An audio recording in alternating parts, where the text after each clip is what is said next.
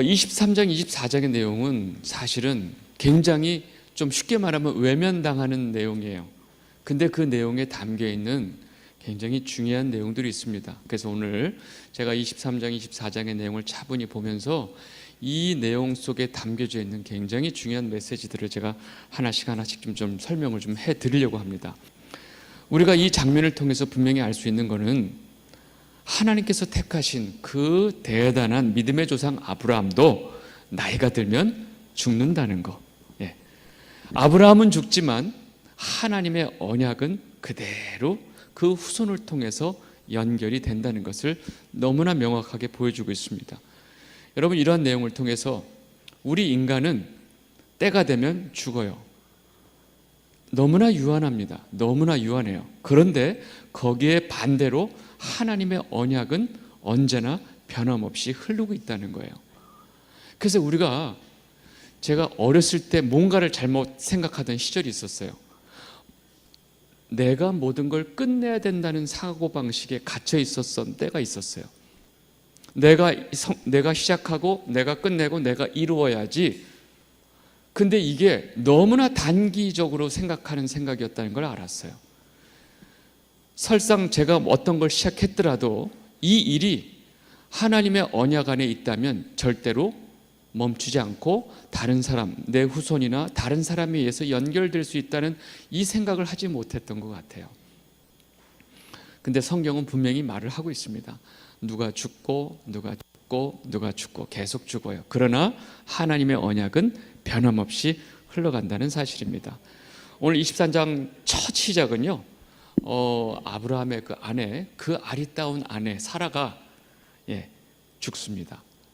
그래서 창세기 23장 1절이 뭘로 시작하냐면 사라가 127세를 살았으니 이것이 곧 사라가 누릿 햇수라. 그러니까 사라가 127세로 사실은 생을 마치게 됩니다. 이게 이제 23장 첫 시작인데, 여러분 사라의 인생을 잠깐 생각해 보면 갈대아 우르에서 아브라함 남편을 쫓아서 갈대아 우르를 떠나온 것이 65세였어요. 그러니까 65세에 갈대아 우르를 떠나서 지금 이곳 가나안에 온 지 62년의 세월이 흘렀습니다. 그리고 그렇게 어렵게 자손이 없다가 하나님께서 언약을 통해서 이 경수가 다 끊어진 상태에서 아들 이삭을 주시죠. 그 아들 이삭을 낳았을 때가 90세. 그러니까 아들이 지금 37살에 지금 사라가 죽은 거예요. 그리고 마침내 그 이삭이 37세가 되었을 때 비로소 사라는 하나님의 부름을 받고 이 눈에 보이는 가시적인 가나안이 아니고 실제로 영적인 하나님의 땅 가나안으로 들어간 것입니다. 이 성경에서 이 사라라고 하는 인물은 굉장히 중요한 인물이에요. 약속의 자손의 어머니였고 모든 믿는 자의 어머니가 됐습니다. 왜냐하면 아브라함이 모든 믿는 자의 조상이 되었으니까. 이건 제가 충분히 말씀을 드렸죠. 그래서 성경 전체에서 유일하게 여자로서 그 나이를 기록하면서 이 127세를 살았으니 하면서 이 여자가 죽었을 때 이렇게 나이를 기록하는 것은 오로지 사라밖에 없습니다. 네. 그래서 성경에서 이 사라를 이렇게 그의 삶을 기념하고 있는 겁니다. 그래서 이 사라라고 하는 그 인물 자체가 성경에 이런 굉장히 중요한 의미가 있기 때문에 미국에 가면 세라가 너무 많아. 그냥 아무나 세라 그러면 다 쳐다볼 것 같은 세라 이름이 굉장히 많습니다. 그 전에 미국 목사님이 그냥 어느 지역에 가든 세라만 모아도 교회 하나 충분히 된다고 그렇게 말할 정도로 미국 사람들 이름에 그 성경 그 인물이 많이 있잖아요. 네. 여러분 오늘 드디어 그 이삭의 아내가 등장하는데 이삭의 아내 성경에서 리브가죠. 리브가. 요거 영어 이름이 뭔지 아세요? 레베카. 그 리브가가 레베카. 네. 하여간 사라는 이렇게 127세로 생을 마감하게 됩니다. 그러니까 아브라함 입장에서는 몇 년을 같이 한 거예요. 네? 거의 100년을 넘게 같이 살다가 그 여러 가지 어려운 고통 속에서 자기의 그 죽음의 그 위협 속에서도 또 같이 그 아들 낳았을 때 얼마나 서로 기뻐했을까요? 그 삶의 모든 질고를 같이 했던 이 사라의 죽음에 아브라함이 너무 애통하면서 이 애통한 마음을 감추지를 못합니다. 그래서 이 장에 보면 우리 한번 같이 읽겠습니다. 32장 2절 시작. 사라가 가나안 땅 헤브론 곧 기앗 아르바에서 죽음에 아브라함이 들어가서 사라를 위하여 슬퍼하며 애통하다가 아브라함이 아마 통곡을 하면서 울었을 것 같아요. 그 사라를 보내고 얼마나 슬펐을까. 네. 여러분, 분명히 아브라함이 이 순간에 하나님의 백성이었기 때문에 부활에 대한 믿음과 소망이 다 있었어요. 우리가 죽어도, 왜냐하면 삶 속에서 이 이삭을 통해서 경험을 했고 또 이삭을 하나님께 바치는 순간에도 경험을 했기 때문에 우리가 죽어도 우리를 다 부활시킬 거라는 부활의 신앙이 이미 아브라함은 분명히 있었습니다. 그럼에도 불구하고 이렇게 사랑하는 가족의 죽음으로 인한 그 이별은 사실은 감당하기 쉽지 않은 거죠. 아유, 그만큼 살았으면 오래 살았지. 그건 우리 생각이고요. 그만큼 더 사라와의 그런 뗄래야 뗄 수 없는 그런 관계가 있었겠죠. 요즘 우리말로 말하면 그 정이 얼마나 깊었겠어요. 그러니까 그 사라가 떠났을 때 너무너무나 성경이 아브라함이 통곡하고 애통하면서 슬퍼했다고 이야기를 하고 있습니다. 제가 왜 이 말씀을 드리냐면 가끔 크리스찬들은 부모님이 돌아갔을 때 울지 마! 지금 아버님이 지금 하늘나라 가고 계신데 왜 울어? 기쁘게 찬송해야지. 천국 환송 예배. 맞는 말인데 그 사랑하는 부모님이 돌아가셨는데 안 슬퍼요? 그 이별이라고 하는 그 슬픔 앞에 있는 가족들 앞에 울지 마! 지금 천국 가셨어! 맞는 말임에도 불구하고 너무나 기본적인 그런 인간의 감정을 무시하는 그런 태도가 아닌가, 저는 그런 생각이 들어요. 왜냐하면 아브라함도 그러면 뭐 울면 아브라함보다 뭐 믿음이 없는 거예요? 뭐예요? 여러분, 나사로가 죽었을 때 예수님이 울었던 거 기억나세요? 물론 예수님은 여러 가지 다른 이유가 있었어요. 그 나사로를 통해서 통곡하고 있는 그 많은 그 죄인들의 모습에 너무 안타까움 때문에 울음을 하셨지만 그 와중에 그 사랑하는 나사로를 그 죽었다고 하는 현실 앞에서 우셨죠. 우리가 이 슬픔과 애통 속에서 이 아브라함이 이 사라의 장례를 치르기 위해서 사라의 장지가 없었어요. 왜냐하면 아브라함은 저 갈대아 우르에서 와서 이제까지 살았기 때문에 지금 사라를 이제 장례를 치러야 되는데 장지가 없어요. 이 문제 때문에 자기가 살고 있었던 그 가나안 지역의 헷 족속들하고 이 장지 문제에 대해서 같이 이야기를 좀 합니다. 그래서 뭐라고 얘기를 하냐면, 나는 당신들 중에 나그네요 거류하는 자니까 당신들 중에서 내게 매장할 소유주를 주어서 내가 나의 죽은 자를 내 앞에서 내어다가 장사하게 하시오, 이렇게 얘기를 합니다. 얘기는 나는 이 땅에 왔기 때문에 내 장지가 없기 때문에 여러분들 중에 이 땅에 내게 장을 좀 주십시오, 이런 얘기를 하는 거죠. 이 내가 나그네요 거류하는 자니라는 표현은 사실 두 가지로 볼 수 있어요. 실제로 아브라함은 이 땅에 사실은 타지에서 온 타지인이죠. 그렇기 때문에 장지가 없어요. 그래서 이 말을 하고 있죠.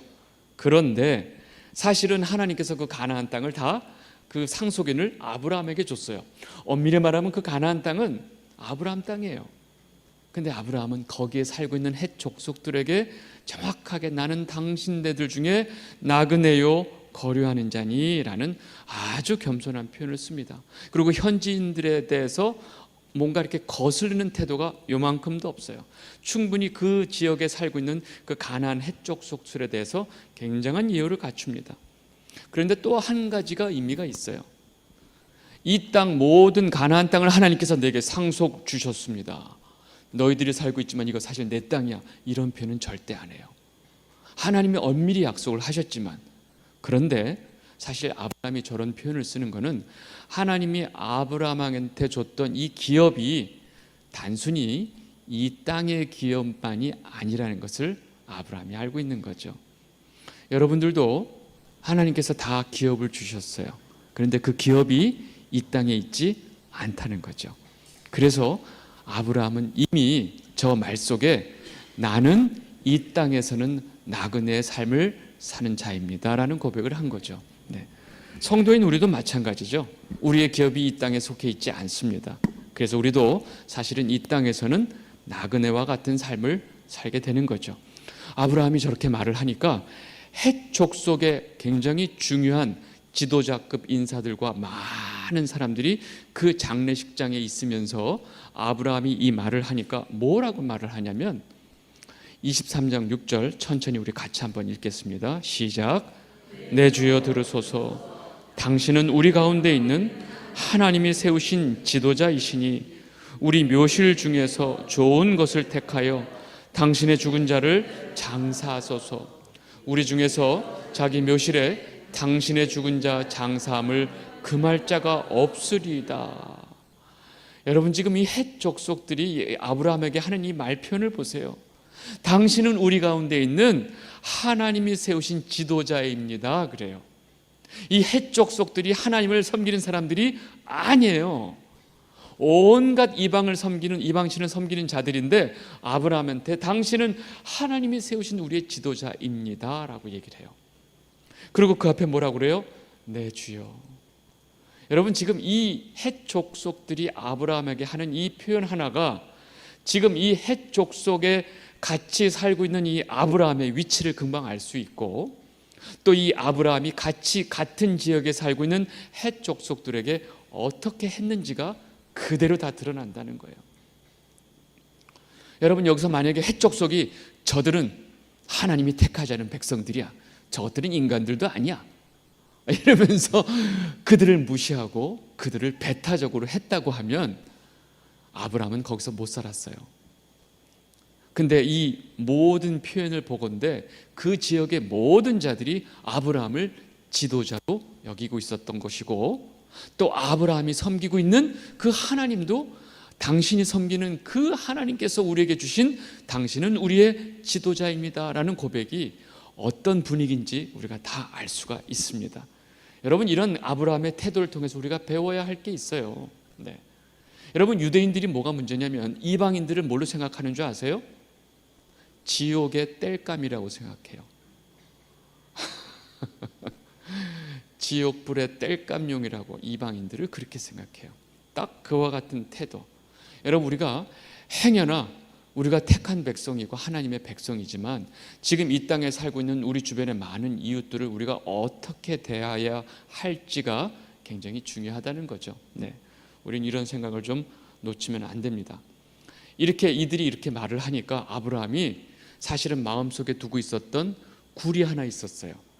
그게 이 막벨라 밭이라고 하는 곳에 굴이 하나 있어서 그 굴이 좀 넓고 그래서 그곳을 장지로 쓰면 좋겠다 생각을 하다가 이 헷 족속 사람들에게 사실 제가 그 아벨라 밭에 있는 굴을 장지로 쓰고 싶습니다. 나로 하여금 그 굴을 사서 장지로 쓰게 하시면 어떨까요? 하고 그런 요청을 해요. 그러니까 그 많은 헷 족속의 지도자들 가운데 그 막벨라 밭의 주인이 그 이야기를 들어요. 그러니까 그 주인이 땅 주인이 에브론이라는 사람인데 자기 밭에 있는 굴을 장지로 쓰겠다고 말을 하니까 그 에브론이 그 땅 주인이 뭐라고 그러냐면 23장 11절 뭐라고 그러냐면 같이 읽겠습니다. 시작. 내 주여 그리 마시고 내 말을 들으소서. 내가 그 밭을 당신에게 드리고 그 속의 굴도 내가 당신에게 드리되 내가 내 동족 앞에서 당신 드리오니 당신의 죽은 자를 장사하소서.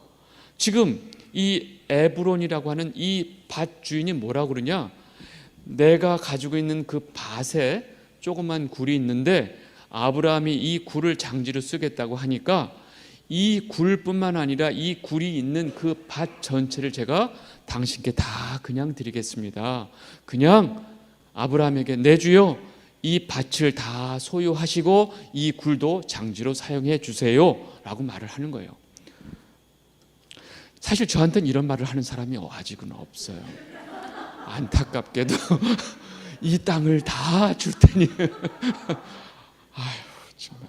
그런데 아브라함이 이렇게 에브론이라고 하는 사람이 다 무상으로 주겠다고 하는데, 우리가 여기서 알아야 될 게 있어요. 사실은 어떤 사회든지 그 법이란 게 있어요. 지금 이 헷 족속 안에 어떤 법이 있었냐면, 사실은 이건 고대 근동의 모든 사실 족속들이 가지고 있었던 공통의 법인데, 그 자신들이 살고 있는 지역에 땅을 소유한 사람은 이 땅에 외부에서 침략이 들어오고 전쟁이 일어났을 때 군사적인 의무가 있어요. 반드시 나가서 싸워야 돼요. 왜요? 땅 주인은 사실 옛날에 쳐들어오면 뭘 차지하러? 땅을 찾으러 들어오니까 땅 주인으로서 군사적으로 나가서 땅을 지킬 의무가 반드시 있었어요. 그런데 지금 이 아브라함이 원하는 건 굴 하나예요. 그러니까 이 에브론이라고 하는 사람이 그러지 마시고 이 굴과 함께 이 밭을 다 드릴 테니까 이 밭의 소유주로서 아브라함 당신도 이 땅에 대한 군사적인 의무도 같이 갖기를 바랍니다 라는 의미가 있는 거예요. 그런 속뜻이 있는 거예요. 그래서 아브라함은 너무나 그 이야기를 다 알죠. 그래서 그런 이야기를 다 듣고 아브라함이 정중히 그 뜻은 충분히 받지만 절대로 내가 공짜로 받지는 않겠습니다 그래요. 정중히 거절을 하고 내가 시세대로 다 값을 치르겠습니다 그래요. 왜냐하면 당시 아브라함은 그 지역의 거의 지도층 인사였고 실제로 경제적으로도 그 밭을 하나 사는데 아무런 경제적으로 어려움이 없었기 때문에 그렇습니다. 창세기 23장 12절 13절에 요 이야기를 합니다. 아브라함이 어떻게 나오냐면 여기 한번 천천히 같이 읽겠습니다. 시작. 아브라함이 이에 그 땅의 백성 앞에서 몸을 굽히고 그 땅의 백성이 듣는 데서 에브론에게 말하여 이르되 당신이 합당히 여기면 청하건대 내 말을 들으시오. 내가 그 밭값을 당신에게 주리니 당신은 내게서 받으시오. 내가 나의 죽은 자를 거기 장사하겠노라. 충분히 내가 그 밭을 사고 그 밭의 군사적인 의무도 다 할 터이니 제가 돈을 주고 사게 해 주십시오. 이런 얘기를 하는 거죠. 여기 보면 아브라함이 그 땅 백성들 앞에서 충분히 아주 몸을 굽히고 그 땅의 모든 백성이 듣는 데서 에브론에게 말하여, 이런 표현이 나오죠. 이게 뭐냐면 당시에 어떤 땅에 이렇게 거래가 이루어질 때는 그 복덕방이 없었어요. 복덕방이 없어서 그 마을 사람들, 마을의 유지들이 다 한마디로 공증인이 되는 거예요. 그 앞에서 거래가 이루어지고 거래가 이루어지는 것을 모든 사람이 다 확인하고 아, 이 땅의 주인은 이 사람이구나를 그 마을의 모든 지도층 인사들 속한 백성들이 다 보고 알게끔 돼 있어요. 아주 어차피 공증이라는 것이 다른 사람이 인정을 해줘야 되는 거니까 그 해쪽 속에 속한 모든 사람들이 이것을 같이 보고 있는 상황입니다. 그래서 무상으로 주겠다고는 그 에브론, 그 땅 주인의 말을 거절하고 아브라함은 그 시세 그 당시 이 주인이 말해요.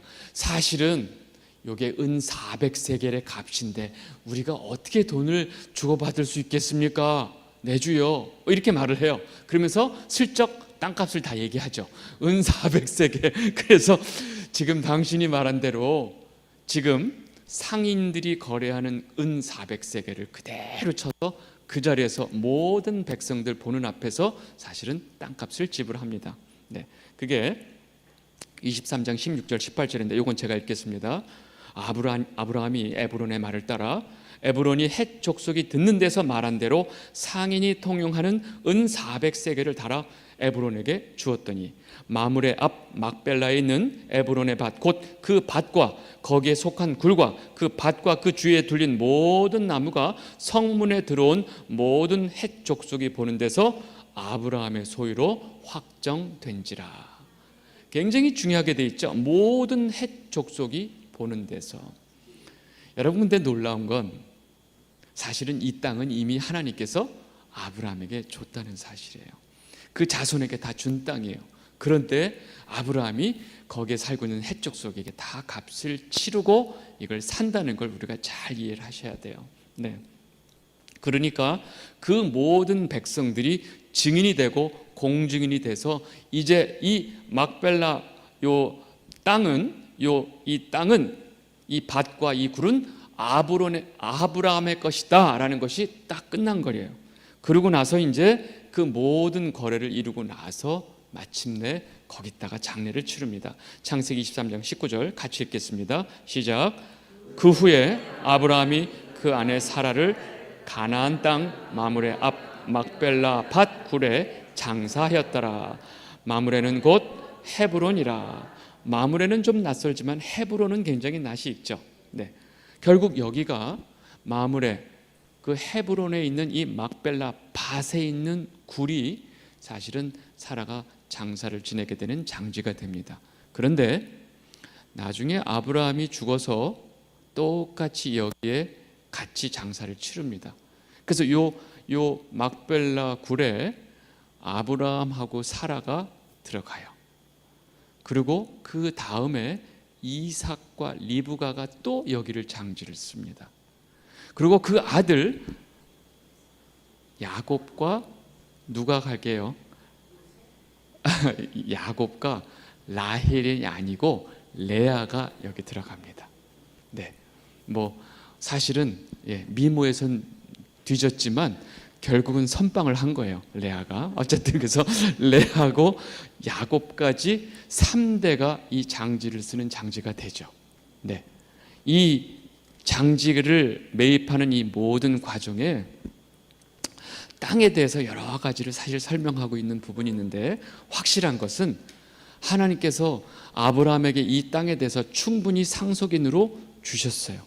그럼에도 불구하고 아브라함은 아주 이들에게 최대한 예의를 갖춰서 이들이 원하는 대로 모든 값을 다 치러준다는 거예요.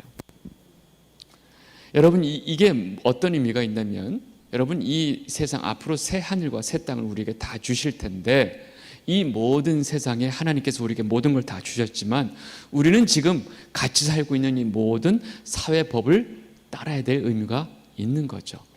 여기서 하나님의 뜻을 가지고 사회법을 거스르는 건 없어요. 성경 어디에도 그렇지 않아요. 그래서 사회법을 거슬면서 신앙의 이름으로 이 사회를 혼란스럽게 하는 일은 성경 어디에도 없습니다. 그건 여러분들 잘 이해하시면 좋을 것 같습니다. 이렇게 이 23장에 보면 아브라함이 사라를 장례하는 이 장면이 나옵니다. 그리고 이제 이 사라가 죽은 후에 아브라함이 더 나이가 들어요. 아브라함이 몇 세에 죽냐면 175세에 죽습니다. 그래서 이 사라가 죽은 이후에 몇 년을 더 사냐면 38년을 더 살아요.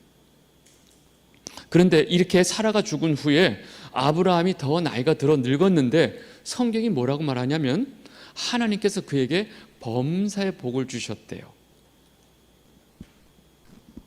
창세기 24장 1절 요것만 읽고 이게 무슨 복일까 생각하면서 잠깐 쉬겠습니다.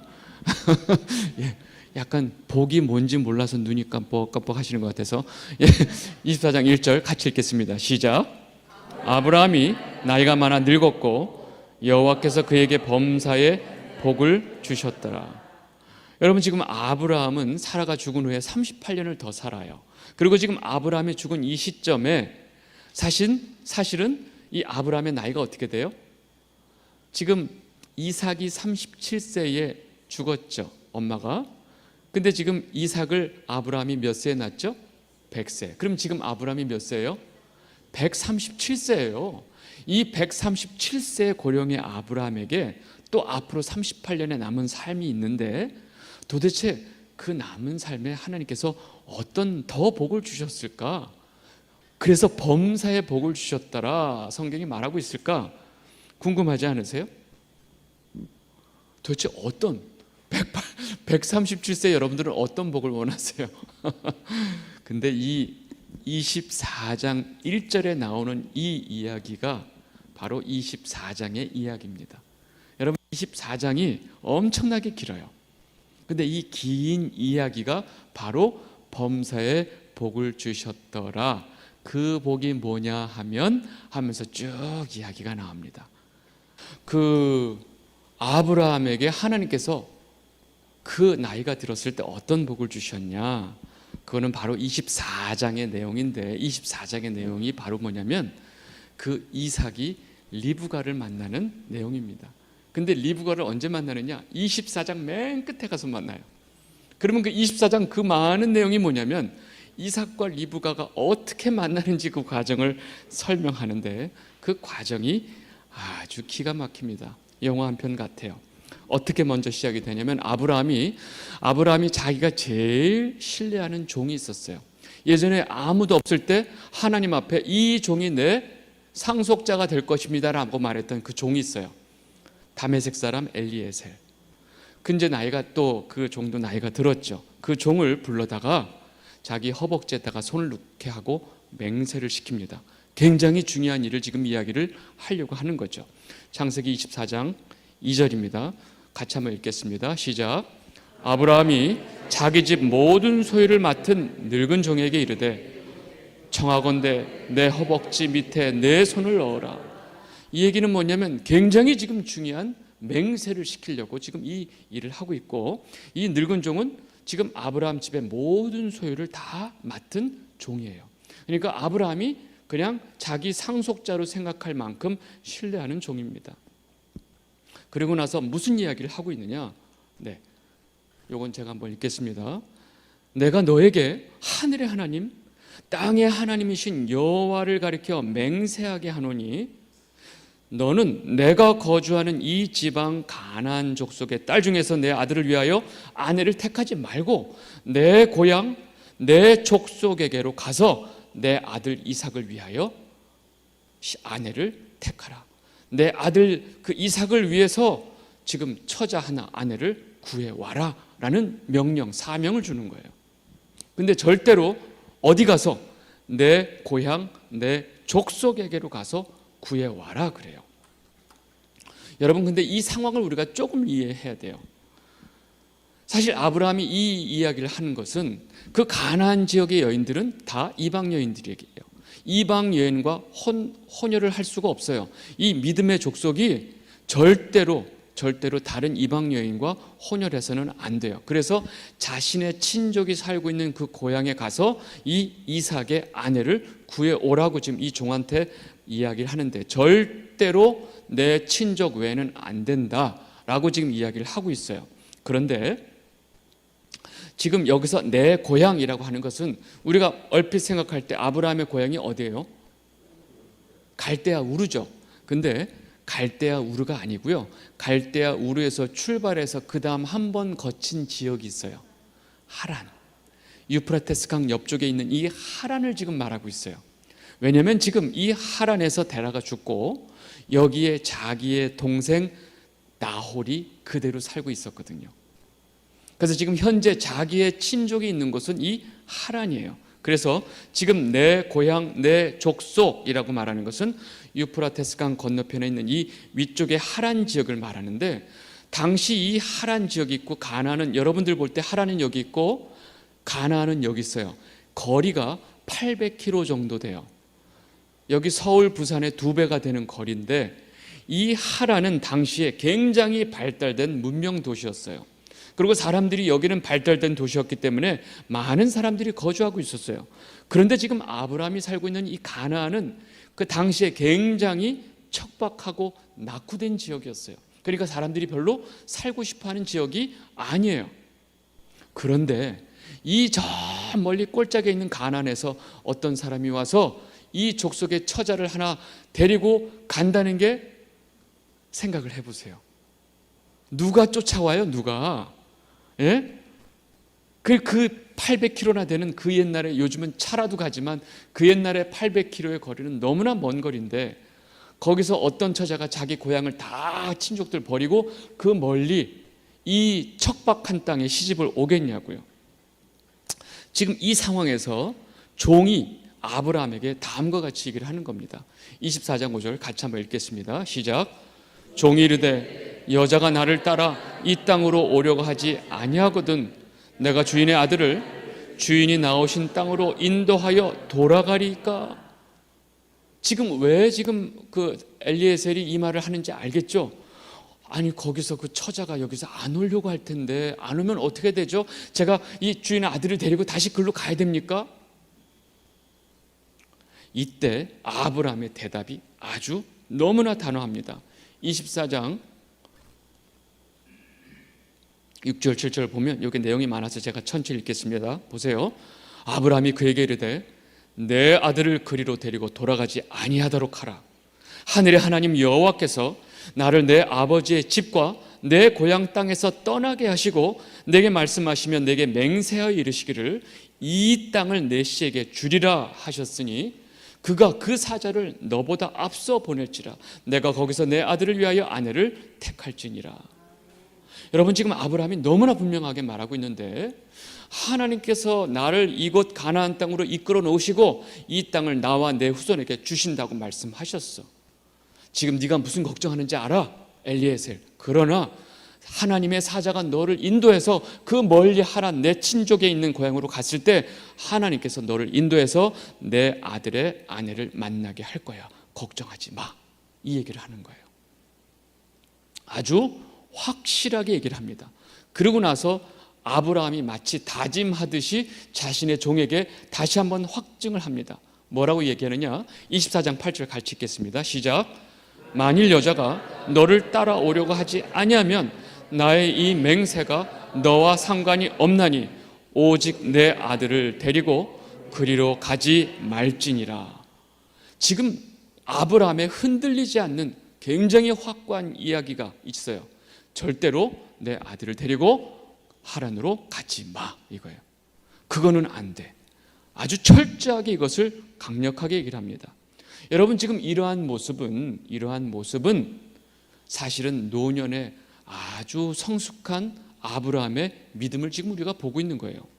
왜 그러냐면 이 아브라함의 입장에서는 하나님께서 고향을 떠나 이곳으로 이끈 그 모든 명령대로 나는 이곳에 정착하고 살아야 되고 내 자손도 이곳 땅을 주셔서 이곳에서 정착하고 살아야 되는 게 하나님의 명령이에요.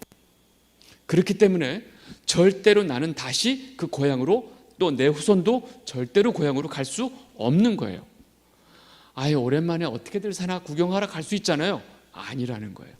절대로 하나님의 명령이 없이는 자기는 다시 그 고향으로 돌아갈 수 없다라고 얘기하는 거예요. 여러분, 이게 무슨 말이냐면 하나님께서 아브라함에게 너는 내 친척 본토 아비 친척집을 떠나서 내가 지시할 땅으로 가서 해서 가나안을 왔죠. 이 명령은 거꾸로 절대로 다시 돌아가지 마라의 명령이 포함되어 있다는 거예요.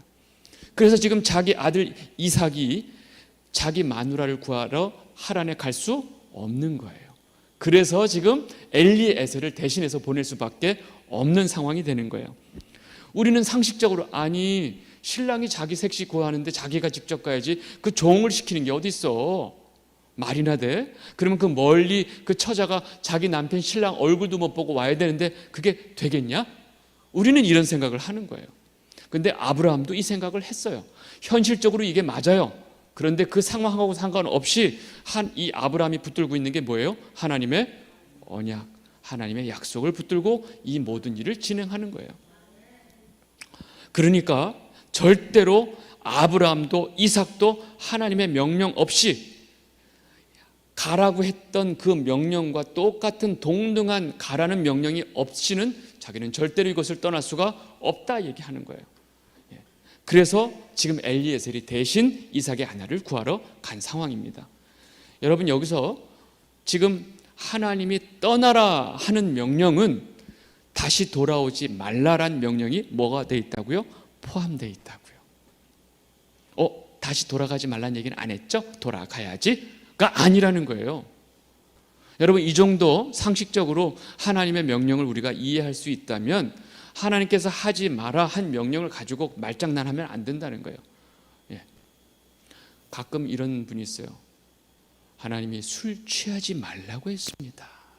저는 취하지 않습니다.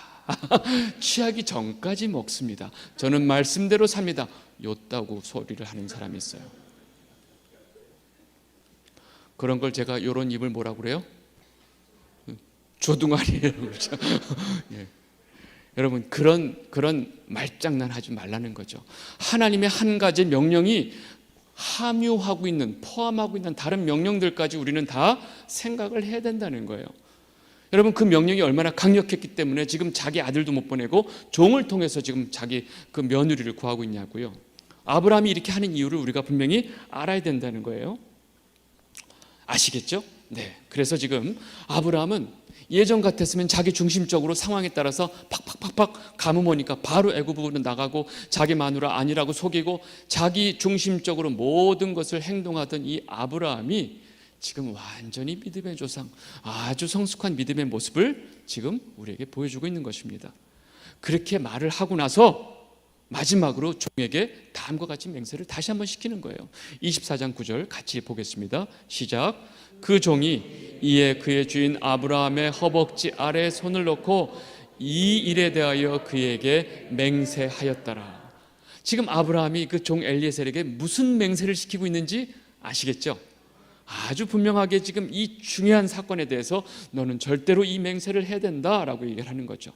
이렇게 맹세를 받고 그 명령을 받은 이 엘리에셀 아브라함의 종은 이 주인의 모든 낙타 열피를 끌고 거기에 주인이 주는 모든 그런 그 신부를 데려올 때 필요한 모든 지창금 같은 걸 다 가지고 그 하란으로 떠나게 됩니다. 24장 10절 11절 같이 보겠습니다. 시작. 이에 종이 그 주인의 낙타 중 열피를 끌고 떠났는데 곧 그의 주인의 모든 좋은 것을 가지고 떠나 메소포타미아로 가서 나홀의 성에 이르러 그 낙타를 성 밖 우물 곁에 꿀렸으니 저녁 때라. 여인이 물을 기르러 나올 때였더라. 성경이 큰 이야기를 이렇게 한 절 안에 다 담아내고 있는데 마침 이 엘리에셀이 그 먼 길을 아브라함이 준 낙타 열피라고 또 신부를 데려오기 위해서 필요한 모든 지창금, 금은 뭐를 다 가지고 그 또 하속들을 데리고 어마어마한 그런 그 한마디로 팀을 구성해서 저 하란으로 갑니다. 여러분 아까 그랬죠. 하란은 굉장히 문명적으로 발달된 그 성이었다고. 그러면 그 주변에 얼마나 많은 사람들이 또 많은 성들이 있었겠어요. 그 많은 성들 중에 이 종이 다메섹 엘리에셀이 딱 도착한 성이 어디냐? 바로 나홀의 성이에요. 여러분 나홀이 누구냐면 바로 아브라함의 동생이에요. 동생. 그 많은 성 중에 딱 나홀의 성에 이르렀어요.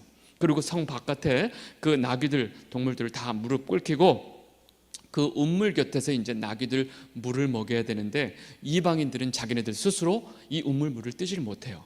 그 지역 사람의 도움을 반드시 받아야 돼요. 근데 이 저녁 때 보통 물을 뜨러 오는 그 여인들이 다른 큰 성 같은 데는 남자들이 뜨는데 이런 작은 성들은 그 처녀들이 딸들이 이렇게 아침 저녁으로 물을 뜨러 와요. 근데 딱 물 뜨러 오는 시간인데 아주 처녀들이 물을 딱 길러 오는 그때였어요. 딱 상황이 보니까 지금 내가 어디 와 있는지도 모르는 이 엘리에셀은 지금 딱 젊은 처자들이 물을 뜨러 오는 그 시간인 걸 알자마자 그 자리에서 하나님 앞에 기도를 합니다. 놀랍게 기도를 합니다. 뭐라고 기도하냐면 24장 12절 같이 읽겠습니다. 시작. 그가 이르되 우리 주인 아브라함의 하나님 여호와여 원하건대 오늘 나에게 순조롭게 만나게 하사 내 주인 아브라함에게 은혜를 베푸시옵소서.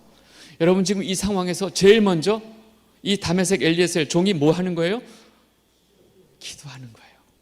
여러분 지금 아브라함이 가장 신뢰하는 이 다메섹 엘리에셀 이 종이 왜 가장 신뢰하는지 우리는 알아야 돼요.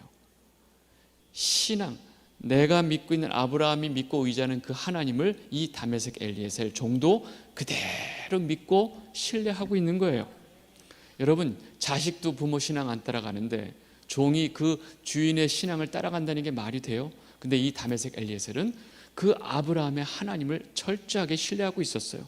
그러니까 그 자리에서 바로 하나님께 내 주인 아브라함에게 은혜를 베푸소서라고 기도를 하면서 이 엘리에셀이 아주 특별한 기도를 합니다. 이어서 무슨 기도를 하냐면 이 내용이 많아서 제가 읽겠습니다.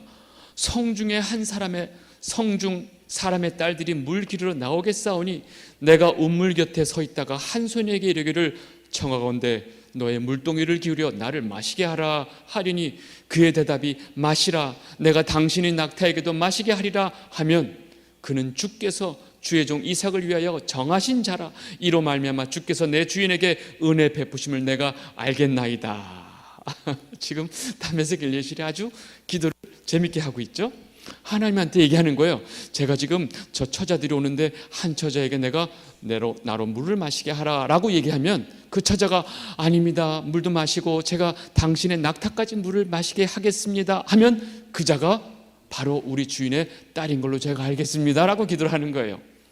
근데 놀라운 건 이 다메섹 엘리에셀의 기도가 끝나기도 전에 이 나홀의 아들 부두엘의 딸 리브가가 나와요.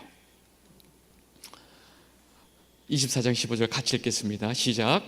말을 마치기도 전에 리브가가 물동이를 어깨에 메고 나오니 그는 아브라함의 동생 나홀의 아내 밀가의 아들 부두엘의 소생이라. 여러분 지금 성경은 이미 지금 기도할 때 기도가 끝나기도 전에 나와 있는 이 여자가 리브가라는 걸 우리에게 알려주죠. 근데 엘리에셀은 몰라요. 근데 지금 우리가 잠깐 족보 정리를 하겠습니다. 아브라함의 동생 나홀과 밀가 사이에 아들 부두엘이 있어요. 그럼 이 부두엘과 이삭은 어떤 관계죠? 사촌이죠. 근데 리브가는 이 부두엘의 딸이에요. 그러면 이삭과 리브가는 몇 촌일까요? 5촌이죠. 예, 그러니까 자기 사촌의 딸이에요. 리브가가. 아시겠죠? 그래서 사촌의 딸이 되는 거죠. 근데 지금 엘리에셀은 지금 이 처자가 누군지 몰라. 그래서 그대로 얘기합니다. 자기가 기도한 대로 내게 물을 마시라 그랬더니 야, 기가 막히게 이 한 가지 이 말을 마치기도 전에 사실은 이 엘리에셀의 기도가 응답이 된 거예요. 여러분 이게 재밌는 게 성경에 나오는 수없이 많은 기도 중에 이렇게 빨리 응답이 된 기도가 없어요. 성경에서 가장 빨리 응답이 된 기도 장면이 여기에요. 근데 이걸 가지고 여러분들 오해하면 안 돼요. 그러면 저 엘리에셀처럼 구체적으로 아주 상황 설정 다 해놓고선 기도하면 빨리 응답이 되나요? 이런 멍청한 생각을 하시면 안 돼요. 여러분 지금 이 모든 상황이 뭐예요? 하나님의 계획과 하나님의 인도하심으로 지금 나홀의 성에 지금 엘리에셀이 왔잖아요. 이 모든 것이 하나님의 계획 아래 있을 뿐이에요. 그 계획 아래 있기 때문에 말이 떨어지기도 전에 바로 이 엘리에셀 앞에 리브가가 나타난 거죠. 그래서 이 상황에서 딱 말하니까 이 리브가의 대답을 한번 보세요. 내게 물을 마시우라 그랬더니 리브가가 뭐라고 대답을 하냐면 24장 18절 19절 같이 읽겠습니다. 시작. 그가 이르되 내 주여 마시소서 하며 급히 그 물동이를 손에 내려 마시게 하고 마시게 하기를 다 하고 이르되 당신의 낙타를 위하여도 물을 길어 그것들로 배불리 마시게 하리이다 하고 그냥 엘리에셀이 기도한 그 토시 그대로 리브가가 대답을 하죠. 그러니까 엘리에셀도 깜짝 놀란 거예요. 내가 기도했지만 이렇게 하나님께서 완벽하게 응답을 해 주시니까. 그런데 물론 리브가가 이렇게 대답하고 행동하는 것은 엘리에셀의 기도 응답이지만 사실은 이 낯선 나그네를 대하는 이 리브가의 태도를 보세요. 너무 아름답죠. 내 주여 마시소서 그러면서 급하게 물동이를 내리면서 손을 내려서 그 나그네에게 물을 마시우게 하면서 동시에 당신의 낙타를 위하여서도 내가 물을 길어 그것들에게 배불리 먹게 하겠나이다 하고 그 손님을 대접하는 이 모습이 너무 아름다운 거예요. 그런데 실제로 하는 행동이 이쁜데 행동만 이쁜 게 아니야. 24절 16절에 보면 성경이 그 소녀는 보기에 심히 아리답고 성경이 그냥 아름다운 게 아니라 심히 이쁘다고 얘기했어요. 그리고 남자가 가까이 하지 아니한 처녀더라 그가 우물로 내려가서 물을 그 웅덩이에 채워가지고 올라오는지라. 성경이 처음에 리브가의 모습을 이렇게 설명하고 있는데 여러분 성경이 이쁘다고 하는 거, 아름답다고, 아리답다고 하는 거는 요즘 우리 이 시대가 말하는 그런 아주 그 섹슈얼한 어떤 성적인 아름다움이 아니에요. 성경이 말하는 여자의 아름다움은 지혜롭고 아주 성품이 아름답고 그 믿음이 다 동반된 아름다움을 말하고 있다는 거예요. 그러니까 얼마나 지금 리브가의 모습이 이쁘냐고요. 그러니까 이 아브라함의 종 그 엘리에셀이 이 리브가를 보자마자 이 모든 행동이 하나님의 그 모든 기도 응답이 이루어진 거예요. 그러니까 네가 어디냐, 집이 누구냐 다 물어보죠. 다 물어봤더니 바로 자기 주인 아브라함의 동생의 소생이에요. 그러니까 이 엘리에셀이 너무너무 좋아서 어찌할 줄 모르면서 하나님한테 기도하는 거예요. 창세기 24장 26절 27절 같이 한번 읽겠습니다. 시작. 이에 그 사람이 머리를 숙여 여호와께 경배하고 이르되 나의 주인 아브라함에 이어 하나님 여호와를 찬송하나이다. 나의 주인에게 주의 사랑과 성실을 그치지 아니하셨사오니 여호와께서 길에서 나를 인도하사 내 주인의 동생 집에 이르게 하셨나이다 하니라. 여러분 지금 제가 왜 이 그 말씀에 딱 색깔을 넣는지 알겠죠? 여호와께서 나를 인도하셔서 이곳까지 이끄셨군요. 정말로 하나님의 사자가 나를 인도하셔서 정말로 우리 내 주인의 딸 이삭의 아내를 만나게 하셨군요. 하나는 그 고백을 하고 있는 거예요. 그 리브가도 너무 놀랬죠. 그러니까 내가 너희 집에 가서 머물 수 있느냐? 그랬더니 네, 저희 집에 충분히 약대 먹을 물과 머물 수 있습니다 하고 막 달려가서 자기 집에 자기 오빠에게 이 얘기를 합니다. 당시 그 집은, 리브가의 집은 그 아버지가 부대일이 나이가 많아요. 그래서 그 오빠가 그 집안의 모든 대소사를 다 다루고 있었어요. 그 이름이 누구였냐? 바로 라반. 그래서 여기서 라반이 딱 등장합니다. 여러분 여기서 라반이 아주 주도적으로 등장을 해가지고 이 엘리에셀을 맞이해서 낙타를 다 부리고 이 엘리에셀을 맞이해서 같이 대화하고 아주 주인격으로 딱 나와요. 성경에서 이 라반을 지금 등장시키는 이유가 뭘까요? 여러분 라반이 누구죠? 야곱의 장인. 야곱의 장인이죠. 나중에 야곱이 자기 형 몰래 그 복을 갈아채고 빡쳐가지고 형이 죽이려고 하니까 엄마 리브가랑 너 여기 있다가 네 목숨 살리지 못하니까 도망가. 그리고 삼촌 집으로 도망가. 그래서 라반 집으로 도망온 거죠. 그때 그 라반과 가서 이 라반의 딸 레아와 라헬을 야곱이 결혼을 하죠. 그래서 이 라반이 지금 여기서 등장하는 거예요. 그래서 이 라반이 여기서 아주 정확하게 등장을 해서 리브가에게 지금 그 라반이 나와서 그 엘리에셀을 다 맞이를 하고 있습니다. 그러고 나서 그 낙타들을 다 처리하고 그 여행 온 사람들 발을 다 닦아주고 음식을 준비해서 이 엘리에셀에게 음식을 다 내놓고 내 주여 드시옵소서 그래요. 그랬더니 이 엘리에셀이 딱 뭐라고 그러냐? 내가 이곳에 온 이유와 모든 목적을 말하기 전까지는 저는 절대 음식을 먹지 않겠습니다. 그러시면 말씀하십시오. 그러니까 그 순간서부터 이 다메섹 사람 엘리에셀 아브라함의 종이 저는 아브라함의 종입니다 부터 시작해서 자초지종을 쫙 설명하는 거예요. 24장 33절에서 34절 그 앞에 음식을 베푸니 그 사람이 이르되 내가 이 일을 진술하기 전에는 먹지 아니하겠나이다. 라반이 이르되 말하소서. 그가 이르되 나는 아브라함의 종이니이다 부터 시작하는 거예요. 한치의 오차도 없이 자기의 신분의 종의 신분을 그대로 드러내고 내가 어떤 목적을 가지고 내 주인이 아브라함에게 무슨 맹세를 시켜서 어떻게 와서 하나님께서 어떻게 인도하셔서 지금 만나서 당신의 종 리브가를 어떻게 여동생 리브가를 어떻게 만났는지를 아주 세세하게 설명해요. 그 세세한 이 내용을 보고 있노라면 아니 이 내용을 이렇게 디테일하게 다시 설명하는 것을 봐야 될까 할 정도로 아주 엘리에셀이 세세하게 설명을 합니다. 여러분 성경이 이 과정을 이 67절까지 있거든요. 아주 세세하게 설명하는 이유가 있어요.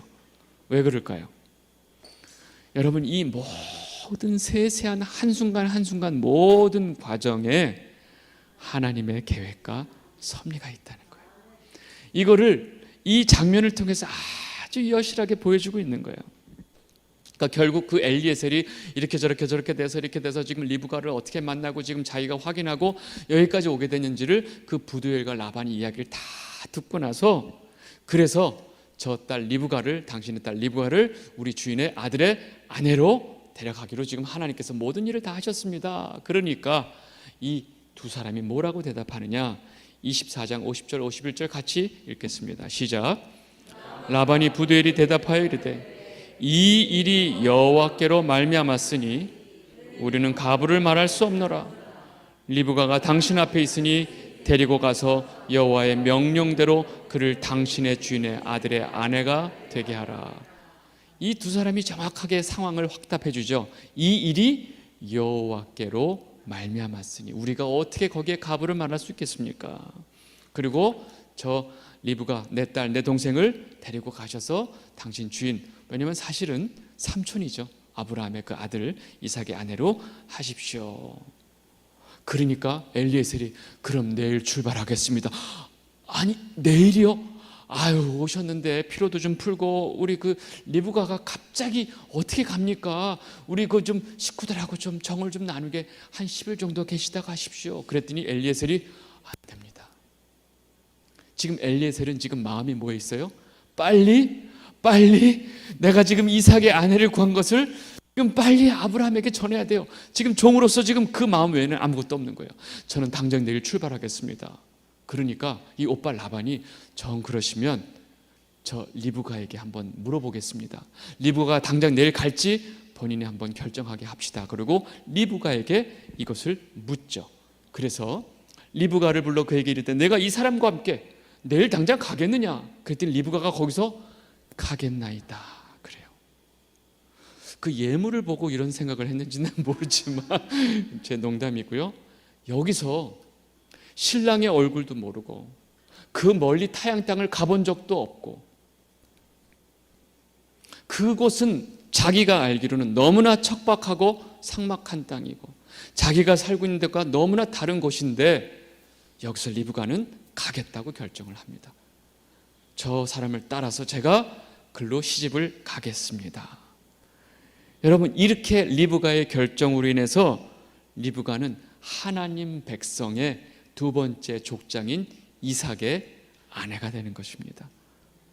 놀랍게도 그렇게 떠나는 이 동생 리브가에게 이 오빠 라반이 축복을 해주는데 본인도 모르고 한 것 같아요. 모르고 한 축복인데 엄청난 축복을 해줍니다. 리브가에게 축복하여 이르되, 같이 한번 읽겠습니다. 시작. 축복하여 이르되 우리 누이여 너는 천만인의 어머니가 될지어다. 내 씨로 그 원수의 성문을 얻게 할지어다. 아멘. 여러분 이 라반의 이 동생을 향한 이 축복은 너무 놀라운 축복이에요. 왜냐하면 지금 천만인의 어머니가 될지어다. 그리고 내 씨로 말미암아 원수의 성문을 얻게 할 것이다. 여러분 실제로 리브가는 천만인의 어머니가 됐어요. 그리고 그 이삭의 후손인 예수 그리스도로 인해서 원수의 성문을 얻게 됐습니다. 여러분 원수의 성문을 얻었다는 얘기는 원수를 무찔렀다는 얘기죠. 결국 이삭은 가만히 앉아서 너무 예쁜 아내를 얻게 되는 거죠. 들판에서 계속 언제 오나 계속 하다가 저기서 낙타 무리가 오니까 막 이삭이 달려가요. 그러니까 제가 성경에 나와 있는 얘기를 하는 겁니다. 리브가가 그 엘리에셀에게 저기 지금 정신없이 뛰어오는 사람이 누굽니까? 그랬더니 저자가 바로 당신의 남편들 아브라함의 아들 이삭입니다. 그랬더니 정신없이 리브가가 자기가 가지고 있는 천을 가지고 얼굴을 싹 가려요. 갑자기 가리고 이제 얌전 새색시인데 그래도 갑자기 갑자기 목소리도 바꾸고 이렇게 해서 처음 그 들판에서 이 이삭과 리브가가 만나는 장면이 나옵니다. 그리고 이삭이 그 리브가를 데리고 어머니가 죽었잖아요. 어머니가 지금 죽은 지 거의 3년이 다 돼가요. 자기 어머니가 죽은 그 공허함을 감당하지 못해서 들판에서 있다가 그 리브가를 보고 그 리브가를 어머니의 장막으로 드리죠. 왜요? 이 족장의 그 사라의 위치에 그대로 하기 위해서. 24장 67절 같이 읽겠습니다. 시작. 이삭이 리브가를 인도하여 그의 어머니 사라의 장막으로 드리고 그를 맞이하여 아내로 삼고 사랑하였으니 이삭이 그의 어머니를 장례한 후에 위로를 얻었더라. 아멘. 그렇게 아내를 드리고 어떻게 했다고요? 사랑했다고요. 사랑했다고요. 아내로 삼고 사랑하였으니.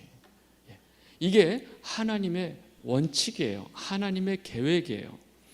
그리고 여러분, 지금까지 제가 간략하게 설명해 드린 게 바로 하나님이 아브라함에게 주신 복이에요. 얼마나 복인지 모르겠어요. 이렇게 며느리를 얻게 되니 얼마나 좋아요. 여러분, 지금 제가 24장의 내용을 사실 그냥 설명으로 끝내려고 그랬어요. 근데 그 디테일하게 들어가 있는 그 하나님의 섭리의 내용을 제가 이야기로 끝낼 수가 없어서 제가 말씀 가지고 다시 설명을 한 건데, 이렇게 엘리에셀이 가는 모든 상황과 리브가를 만나는 모든 장면, 라반과 부두엘 만나서 이야기하는 모든 장면, 다시 리브가를 통해서 돌아오는 이 모든 장면이 마치 영화 같아요. 그 목가적인 분위기 속에서 이루어지는 이 모든 장면이 그렇게 아름다울 수가 없어요. 그런데 성경은 이렇게 이삭의 아내를 구하는 이 장면을 왜 이렇게 디테일하게 이렇게 자세히 묘사하고 설명할까요? 하는 게 오늘 결론이에요. 왜 그럴까요? 여러분, 이것은 단순히 이삭과 리브가의 만남이 아니에요.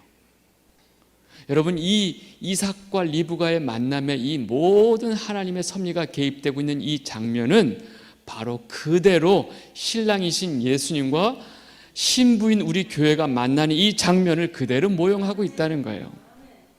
여러분, 우리가 어떻게 예수님의 신랑이신 예수님의 신부가 되는 그 과정을 여러분들 잘 생각해 보세요. 이걸 어떻게 책으로 다 써서 내냐고요? 여러분들이 어떻게 지금 이 자리에 와서 앉아 있어요? 여러분, 지금 여러분들이 이 순간에 하나님의 말씀을 사모함을 가지고 이 자리에 앉아 있는 이 순간까지를 글로 써보라고요. 책 한 권으로 되겠어요? 안 되죠. 근데 그 모든 삶의 모든 여정 속에서 무엇이 있었다는 거예요? 바로 하나님의 계획과 섭리가 여러분들 삶 가운데 계속 있었고, 그 하나님의 계획 속에서 여러분들이 지금 이 순간에 하나님의 예수 그리스도의 신부로 지어져 가고 있다는 사실입니다. 이것이 지금 이 24장 이삭과 리브가의 이야기를 이렇게 아름답게 디테일하게 설명하는 이유라는 것입니다. 이해하셨죠? 이 영상을 보고 계신 주갈성 성도 여러분, 또 새사람 교회 성도 여러분, 여러분이 지금 이 순간에 하나님에 대한 말씀의 그 갈급함, 또 하나님 말씀을 통해서 하나님을 알고 싶어하는 이 마음, 도대체 이 마음이 어디서부터 왔을까요? 여러분, 행여나 여러분들이 어떤 개인적인 지적인 호기심, 성경을 좀 알아야지, 여러분들이 어떤 개인적인 열심으로 이 자리에 와 있다고 착각하시면 안 돼요. 우리가 이 자리에 와서 저와 여러분이 만나서 이렇게 말씀을 주고받는 이 모든 과정 속에서 한치의 오차도 없는 하나님의 계획과 섭리가 있는 줄 믿습니다. 여러분들 그 믿음을 가지고 끝까지 하나님의 믿음 아래, 언약 아래 살게 되시기를 진심으로 바랍니다. 아멘.